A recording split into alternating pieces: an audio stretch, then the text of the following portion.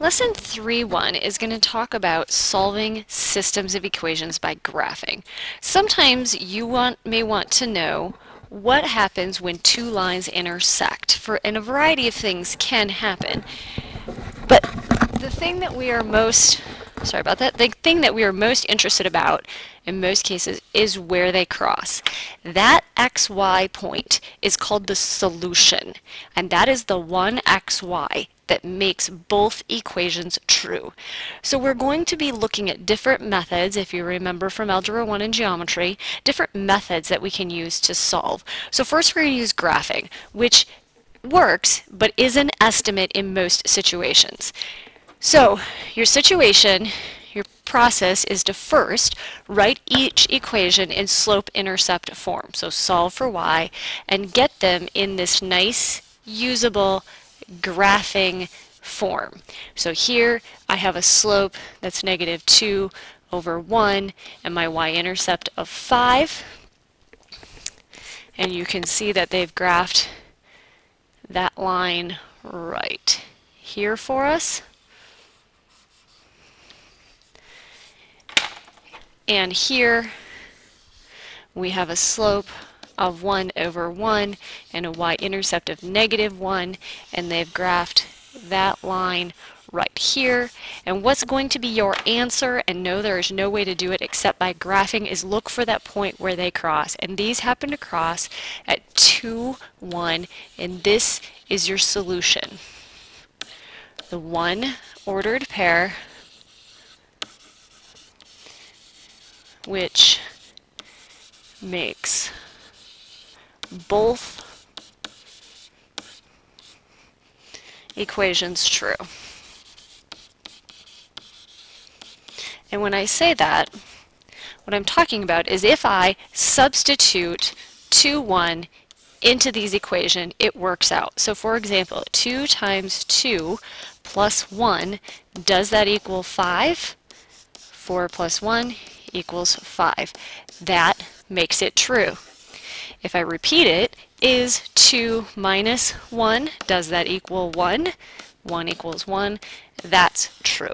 And that's how you'll know if your solution is correct or not, because you can substitute it back in and see if it works out.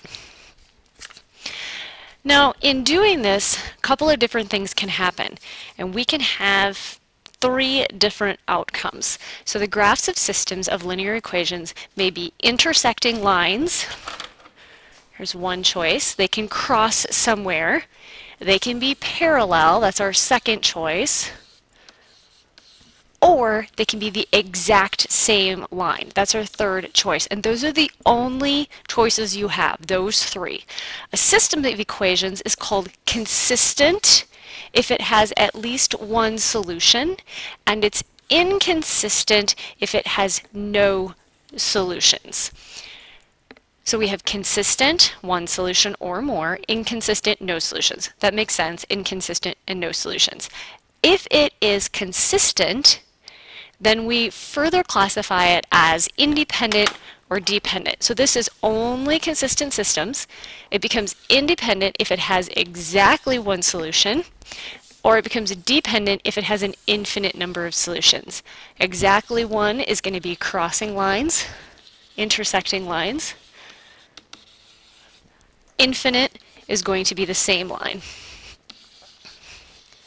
The only inconsistent solutions or systems we're going to have are our parallel lines. So that is how we can talk consistently about these different situations. So here are some pictures. So this first graph here is talking about consistent and independent. So we have one pair of intersecting lines. The solution is right there. So we would label this consistent and independent. This one came from the exact same line. So there's really 2 lines that when we put them into slope-intercept form, they reduce down to the exact same thing, one right on top of the other. There's infinite solutions. This is consistent and dependent. Inconsistent is a set of parallel lines because there's nowhere that they cross, and so there are no solutions.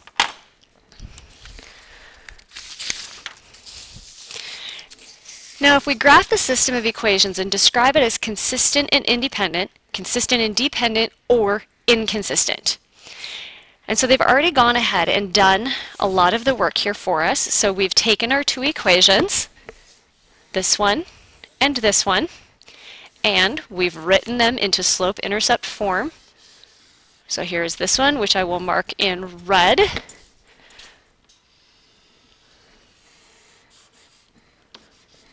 Okay, we are going to subtract x from both sides, multiply everything by 2, and we get that equation. Then we're going to go over here, and we are going to subtract, or we're going to add 2x to both sides, and then divide by 3, and we get a slope of 2/3 and a y-intercept of 2, and that creates this situation right there. So the solution to my system is right here at 3, 4. Since there is a solution, I know it is consistent. Since there's one solution, it's independent. So those would be the three pieces you would need for an answer. Now, this is just repeating that same idea of, are they consistent and independent, consistent and dependent, or inconsistent? So take our two, and here's the first step, solve them to put them into slope-intercept form. So subtract 9x from both sides, divide by -6, and I end up with this. Take my next equation, subtract 6x from both sides, divide by -4, and I end up with this. Before I even go to my graph, I know I have exactly the same slope. So when I see that, I then should go and check, well, what happens in my intercept? And I have the exact same intercept, so these are exactly the same line. If they were parallel, you would have seen something like y equals 3/2 x minus 4, and y equals 3/2 x plus 6. They would have different intercepts, but the same slope. Okay, so that is the other case. But here we're talking about the same line. And so this is consistent and dependent because there are infinite solutions. Anything that you pick for one equation will satisfy the other equation because they are the exact same line. Now this example goes to the parallel situation that I mentioned in the previous slide. When you put these into slope-intercept form, right there and right there, before you even graph, you should notice the exact same slopes. And then we should go ahead and check our intercepts. And because we have different intercepts, same slope, but different intercepts, therefore our lines are parallel. And if they're parallel, it's inconsistent and there is no solution because those two lines will never intersect. Now this has a real-life application, especially for business. I'm talking about breaking even. So you want to know when your profits and your expenditures, what you had to do to pay your employees, pay your bills, when does that point, when do you break even and then start making money?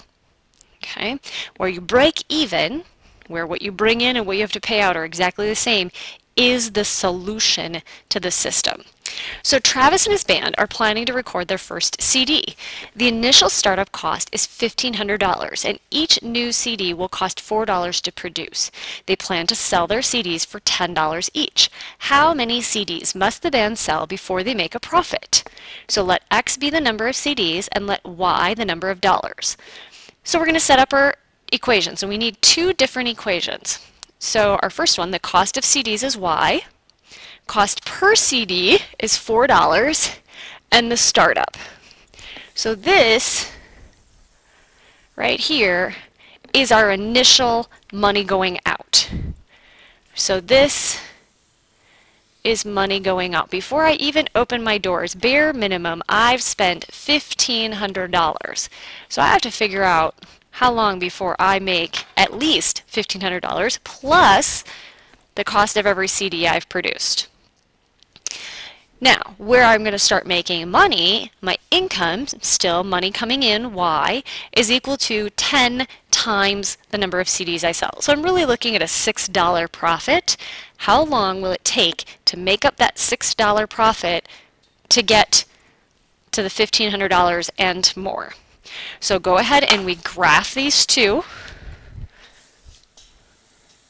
on the same axis, and where they intersect right here is your solution. So what this means is that we need to sell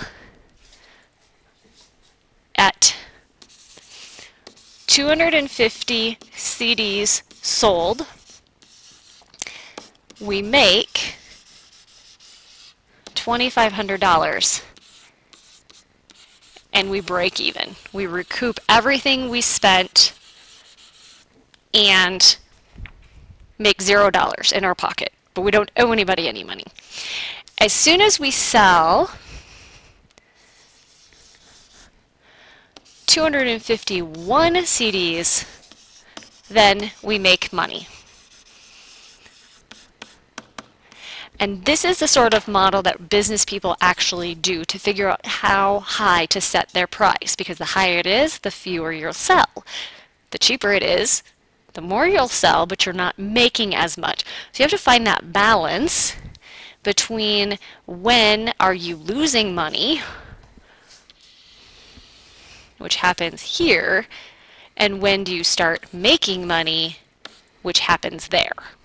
Because this right here, what we make outweighs what we spend. And so that is just one way to think about a real-life application of these problems. That's the end of the 3-1 lesson. Good luck on your homework.